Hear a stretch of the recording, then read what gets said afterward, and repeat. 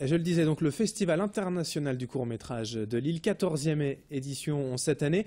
Et déjà, rappelez-nous un petit peu la vocation de ce festival. C'est quoi? Avant tout, de défendre le film court? Tout à fait, défendre le court-métrage et permettre au public le plus large possible de découvrir cette forme qu'on n'a finalement pas beaucoup l'habitude de voir. Même quasiment jamais, en fait, j'ai envie de dire, dans les cinémas traditionnels. Alors, il faut vraiment un peu plus faire l'effort. Pour autant, l'industrie, si on peut dire, même du court-métrage, est assez riche. Bah, il y a de plus en plus de courts-métrages parce que finalement les outils sont de plus en plus accessibles. Donc voilà, les films sont plus simples à faire aujourd'hui qu'il y a 20 ans. Et pour autant, ils ne sont pas plus vus. Donc voilà, il y a quelque chose à défendre ici. C'est un laboratoire, un lieu d'essai pour les jeunes, aussi un tremplin, le court-métrage, toujours Oui, autant. c'est vraiment en effet les premières armes qu'on fait là. C'est l'intérêt du support, c'est qu'il n'y a pas les limites, les contraintes qu'il y a, les contraintes économiques du long, de la pub, etc. Donc c'est vraiment là où les gens peuvent se lâcher et où on découvre vraiment des choses nouvelles, quoi. Alors qu'est-ce que l'on va nous découvrir en tant que Lillois et Nordistes dans ce festival international, on le disait. Combien de films en compétition? En compétition, on a une quarantaine et avec l'ensemble des programmes à côté, on est à peu près 150. Oui, parce que le programme est riche, on va avoir l'occasion d'en parler, avec pas mal d'animations tout autour, mais vraiment pour parler du festival, pour donner comme ça quelques idées. Alors, les artistes, les cinéastes ne sont pas forcément connus, mais qu'est-ce qu'on va pouvoir trouver? Il y a plein l'idée, c'est vraiment de montrer la diversité du court-métrage. Donc vous allez voir plein de films différents, les thèmes différents, des nationalités différentes et des techniques. Donc il y a aussi bien des films en prise de vue réelle avec des comédiens que des films d'animation 3D ou pâte à modeler, des documentaires courts.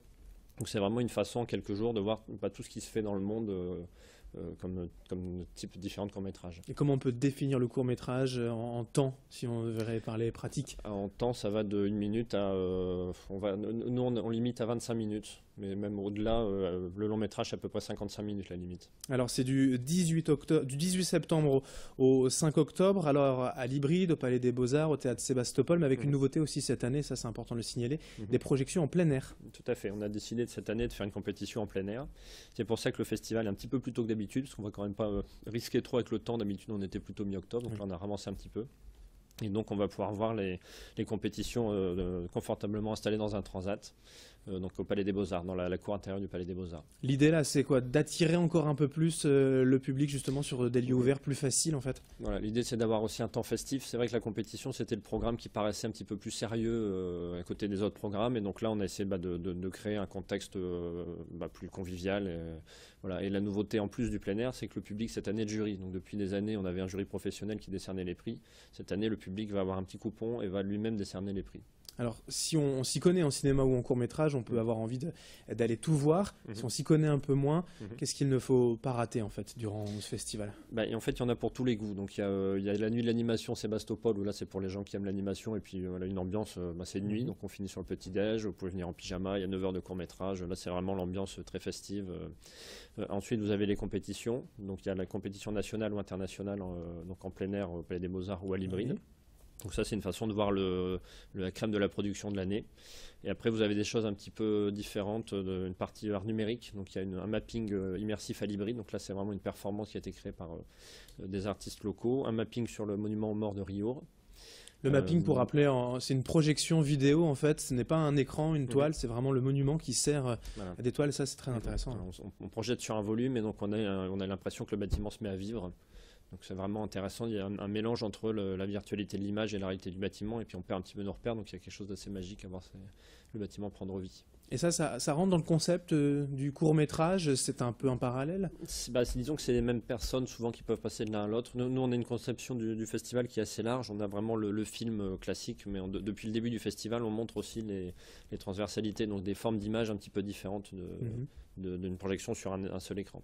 Alors si on parle de court-métrage en tant qu'affaire de spécialiste, les jeunes par exemple, les enfants ne sont pas oubliés avec là aussi, on parlait d'animation mais même une programmation dédiée. Tout à fait, il y a deux programmes jeunes publics pour la famille, la gare Saint-Sauveur, et également toute une programmation pour les scolaires, donc c'est je crois 3000 enfants cette année qui vont pouvoir profiter d'une demi-journée où ils voient des films et où il y a un accompagnement pédagogique. Et le CRAV, j'allais dire, Pictanovo également est partie prenante. Le CRAV, on connaît peut-être un peu mieux. Pictanovo, c'est le nouveau nom.